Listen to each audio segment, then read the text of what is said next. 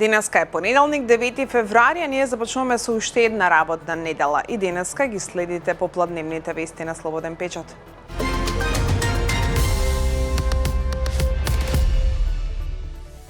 Две жени вештаци од Словенија ангажирани на барање на обвинителството сведочат за лекувањето на пациентите на клиниката за онкологија во предметот каде за тешки дела против здравјето на луѓето обвинете екс-директорот Никола Васев, а за несовесно лекување болни се обвинети и докторите Симонида Црвенкова и Драган Јакимовски.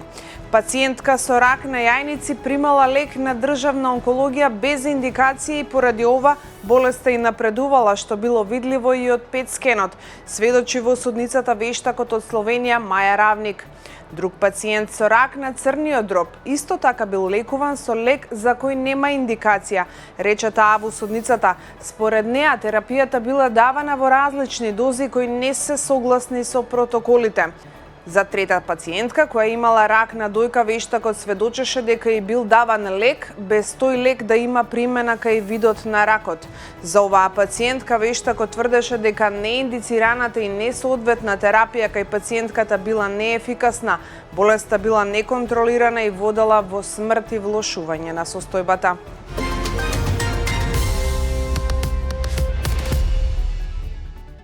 Обвинителството за гонење на организиран криминал и корупција се уште утврдува евентуална поврзаност на 40 тони запленета марихуана во Македонија со 5 тони што беа најдени во Србија и се уште го утврдува потеклото на дрогата.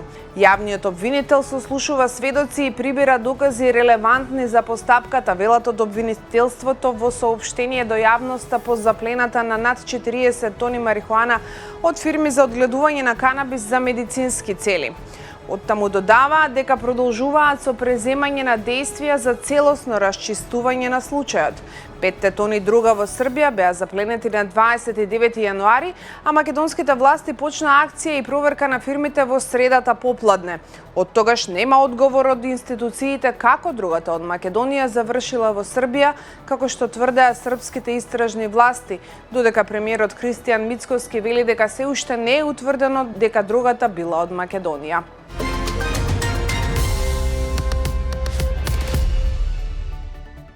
Министерството за внатрешни работи информира дека во периодот од 2 до 8 февруари од системот Безбеден град на подрачјата на градовите и коридорите каде се поставени камери, регистриран е вкупно 4991 прекршок.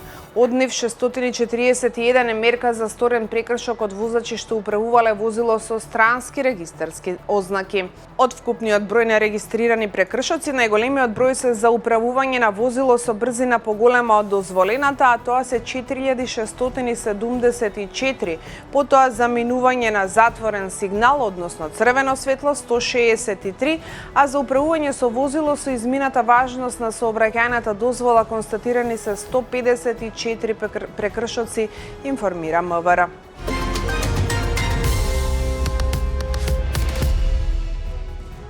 Вице-премиерот и министер за транспорт Александар Николовски, шефот на дипломатијата Тимчо Муцунски, министерот за култура и туризам Зоран Љутков, министерот за животна средина и просторно планирање Муамед Хоџа, градоначалникот на општина Охрид Кирил Пецаков и градоначалникот на општина Струка Менди Кира денеска и утре ќе престојуваат во дводневна посета на Париз, каде ќе разговараат со представници на УНЕСКО за зачувување на статусот на Охридскиот регион.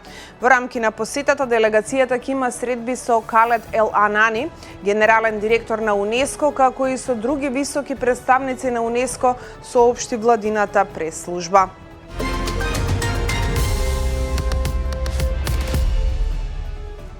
Охридската полиција поднесе кривична пријава против сопственикот на фирмата во која е непријавен и неосигурен работел сега починатиот снимател Кристијан Љушев, кој пред 1 месец трагично загина паѓајќи во отвор за лифт во објект во изградба. Според информациите, Љушев претходно немал никаква обука за работата која е работел како помошник монтер.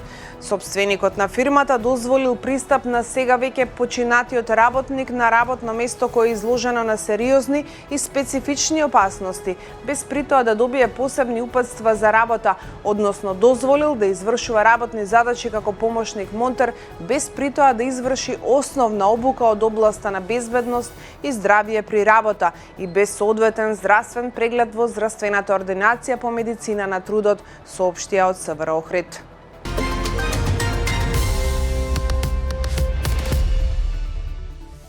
Во специјалниот суд во Хаг започнаа завршните зборови во судскиот случај против поранешниот косовски претседател Хашим Тачи, поранешните претседатели на собранието Кадри Весели и Јакуб Красники и поранешниот пратеник Реџеп Селими.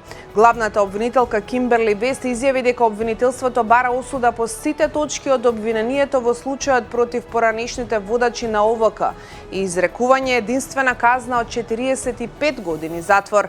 Канцеларијата на специјализираниот обвинител бара осуда за сите точки од обвинението и единствена казна од 45 години врз основа на индивидуалниот придонес во злосторствата извршени од секој од поединците Хашим Тачи, Кадри Весели, Реџеп Селими и Јакуб Красники. Ова се воени злосторства и злосторства против човештвото. Тие се сериозни и овие обвиненија не ја изгубиле својата вредност со текот на времето, рече главната обвинителка. Војните злосторства се извршени помеѓу март 1998 година и септември следната година на неколку локации во Косово и Северна Албанија.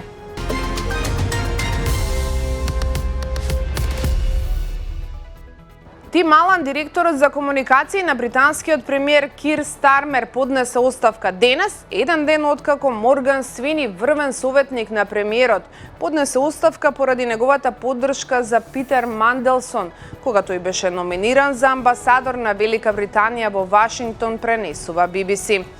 Кир Стармер губи двајца врвни членови на својот персонал, додека се бори да се справи со владината криза предизвикана од откритијата за Питер Манделсон и неговите врски со финансиерот и сексуален престапник Џефри Епстин.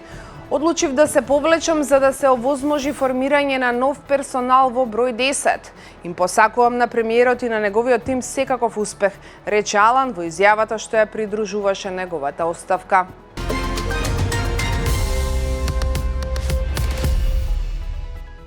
Американскиот претседател Доналд Трамп изрази загриженост за неговата лична безбедност, наведувајќи дека работата на претседателот е најопасната на светот во интервју за NBC. Трамп призна дека сега повеќе размислува за прашањето на безбедноста, особено по обидите за атентатот што се случија во минатото. Како што рече, иако е загрижен, се обидува да не дозволи стравот да доминира, бидејќи во спротивно не би можел да ги извршува своите должности. Во истиот контекст, Доналд Трамп се осврна и на зголемените безбедносни мерки што сега се преземаат на местата каде што треба да се одржат официјални настани.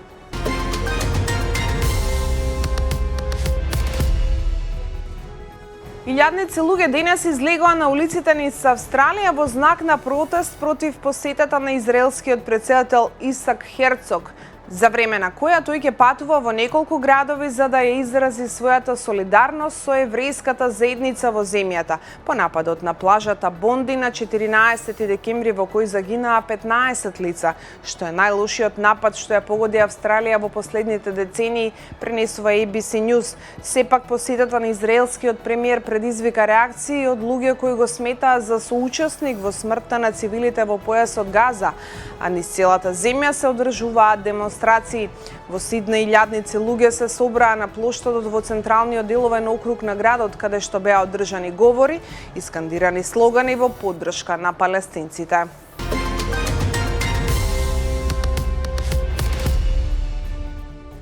Хуан Пабло Гуанипа, водечка фигура во венецуелската опозиција и близок соработник на добитничката на Нобеловата награда за мир Марија Корина Мачадо, е уапсен кратко по ослободувањето, соопштија венецуелските власти.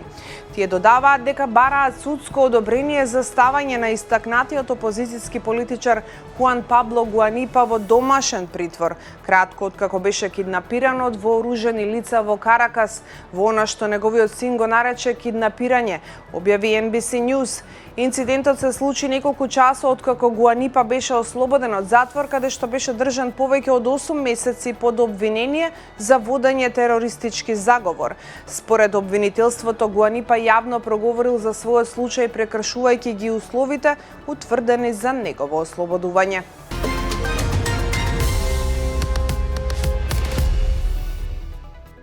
Посилните поројни дождови предизвикани од ураганот Хари во италијанскиот град Нисеми на 25 јануари. Цела ридска падина долга 4 километри се свлеча врз градот. Сега десетици домови буквално висат на работ на свлечиштето, додека возилата и делови од патиштата продолжуваат да се лизгаат, што го прави теренот исклучително нестабилен. Властите досега евакуираа повеќе од 1600 жители. Историскиот центар на Нисеми е во опасност, а со него и црквите од 17 век кои се во ризик да попуштат секој момент. Ова беа попладневните вести на Слободен печат. Ви посакувам да имате убаво попладне. Утре се гледаме повторно. Пријатно.